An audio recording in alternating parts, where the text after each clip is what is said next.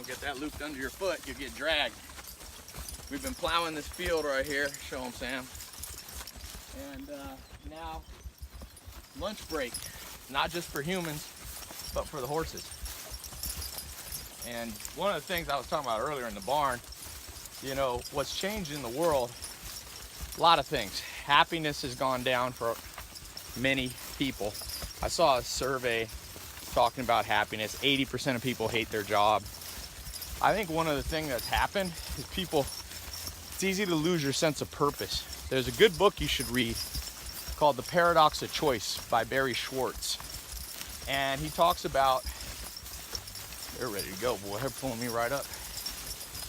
It talks about how when you have too many choices, you can't make any of them. So what happens is you just are less happy. You're just like continually overanalyzing everything. I see that with people trying to become entrepreneurs. They hate their job, but they don't want to quit because they're like, what do I quit? Do I do this business, this business, this business? And so 100 years ago, when everybody lived, show them the farm all the way around here. Whoa. When everybody lived on a farm, you pretty much did what your parents did. And we look back at that and we think that's bad. And in some ways, I'm sure that made people unhappy. But it's kind of like one step forward, two steps backwards. We got a lot of choice now in the modern world. We live in big cities where you're continually free fertilizer. It's a good thing about horses versus tractors. Tractors pollute, horses fertilize. By the way, I cut my pants. Got caught on one of the horse pieces of equipment. Be careful out here. But what I was gonna say is that, so when people get more choice, you go to a city, any night of the day, there's 50 things to do. There's 50 jobs to choose. There's 50 people to date. There's 50 people to make friends with. People basically go crazy. That's the long and short of it. You should read that book, like I said, Paradox of Choice by Barry Schwartz. Lots of free fertilizer. I'm probably gonna put blueberries, blackberries on this hill. This is a south-facing hill. Maybe apple trees, some late blooming ones. You got to put the late blooming ones on the south face. So one of the things that I do now to get over this paradox of choice is I come and I got this ranch and I just get away from the city. I get into a routine, simple things. People ask what life's purpose is, and it depends who you ask. A lot of people will say legacy is one common answer, but legacy fades. All flesh is grass, the saying is. The flowers fade. Do you remember who your great-great-great-great-grandfather is? No. And even if you look at your DNA, it gets split in half. So your great-great-great-great-grandchildren are hardly related to you. You might be more related to your neighbor than you are to your great-great-great-great-great-great-grandchild. So legacy is an okay answer. It's obvious. It's an obvious answer that makes sense. Family, things like that. Other people say, you know, maximizing what you have. That's a decent answer. Other people say leaving the earth better than you found it. All these things, but I think that the answer sometimes is simpler than that. Like I said, the Native Americans lived here before all the settlers came. They used to just say, you know, what is man without the beast? What are humans without animals? And I think being connected to the land, animals, nature, the natural cycles, winter, spring, summer, fall, this is your purpose, you know? And that's hard to say because 90% of people live in big cities, but the world could change. The demographics should change. If people are asking me what would make them happier, I'm not saying this is an easy answer for society. I'm just saying this is one answer that I've tested it on a lot of people from the city. If you have high anxiety, which is 30 to 40% of planet Earth, you're overstimulated. You know, you got to get to where, like when I'm here on the ranch, I'm not overstimulated. It's simple. Milk the cow in the morning, feed the horses, put hay, put straw down, plow, plant. You know, you get strong. You don't have to work on a farm. Your hands get dirty, and you don't really think like what the purpose of life is. That book by Eckhart Tolle called The Power of Now. It's interesting. I never loved that book because people use the power of now to mean they're really, people have taken it to mean like meditation and stuff like that, which is fine. I'm not anti-meditation, but you can't meditate unless you're the Dalai Lama 10 hours a day. So it's not really a solution. I think what the power of now means is just not thinking about the future, not thinking about the past. Kind of like these horses. These horses are not thinking very far ahead. And horses are pretty happy. At least these ones are. Doc, Duke, you happy? Jerry, Jake. They're learning their names. They actually know them. But they're just in the moment. So I think it's less about meditation and it's more about doing activities. It can be a garden if you live in a city. It can be taking care of animals. Dogs are good, but you should have more than one species. I see people just get so into their dog, what they end up actually doing is it's called anthropomorphizing. They turn their dog into a human. You see people, they put like a LA Lakers jersey on their dog. They put socks and shoes. The dog hates it, but it's almost, I guess people don't have kids anymore, so now they have dogs, but a dog doesn't want to be a human. And dogs are happiest when they're out roaming, eating meat, scavenging, all that stuff. And so I think you need to have different animals. And you have different living things around you. And the more you have, the happier you are, unless they're mosquitoes or blood-sucking flies. I had to smack one on him. Was sucking his blood while I was working. Most animals, not all things, are lovely.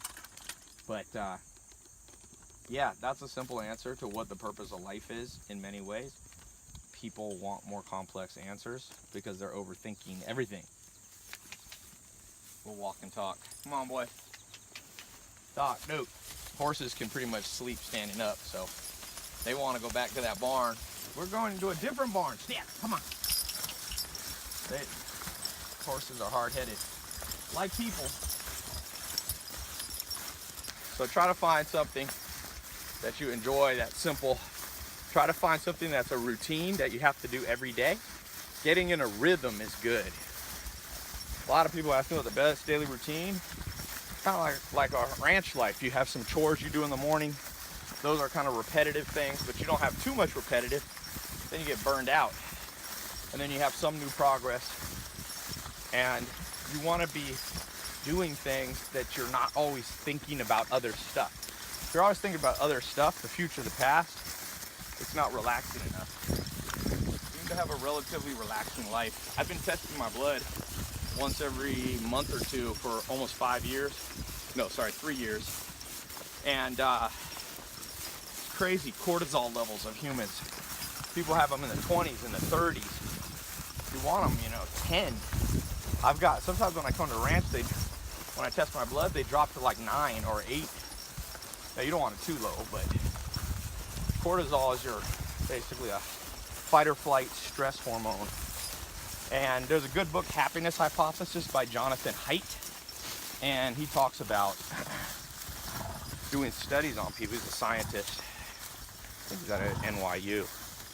And he says, if you test people's blood who live in a big city, near like loud honking noises, cars, all that, blood cortisol levels go up. Even if you're meditating, even if you think you're Zen life, it's not as Zen as you think. Come on, boys. These are 4 males. I have female horses, but they're at my other place. So open that gate right here. There's a green one. Let's see if they'll fit in there. Oh, ha, ha. Come on, ha.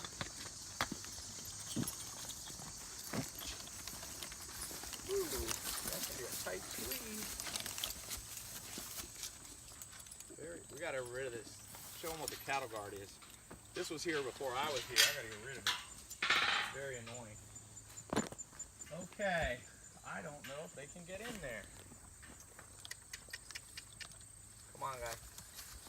Let us try. If we go, this will be something to try. We gotta go get 2 through. Whoop, whoop, don't cut yourself. Yeah. Come on. G. There you go. Look at that. All right, can you close that? Sit. These gates were not put in quite with these size horses in mind. They were put with little riding horses in mind. These are big boys. They're about, those two over there, about 2,100 pounds probably. These eat about 50,000 calories a day each. So they don't go on the Weight Watchers diet. I don't think you can get a, can you get a Weight Watchers diet, Sam? 50,000 calories? No. Oh, see if we can make it through this little ring. Oh.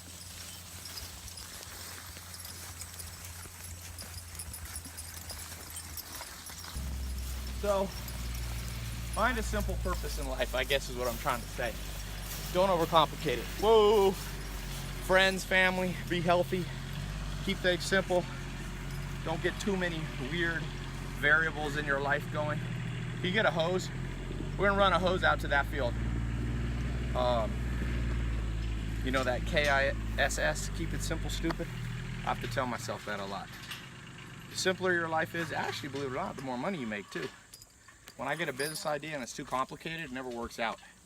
When I just have simple business ideas, like I'm launching a new food brand where we ship you a box of meat, you know, pasture, rotationally grazed, grass-fed beef and chicken and all that stuff.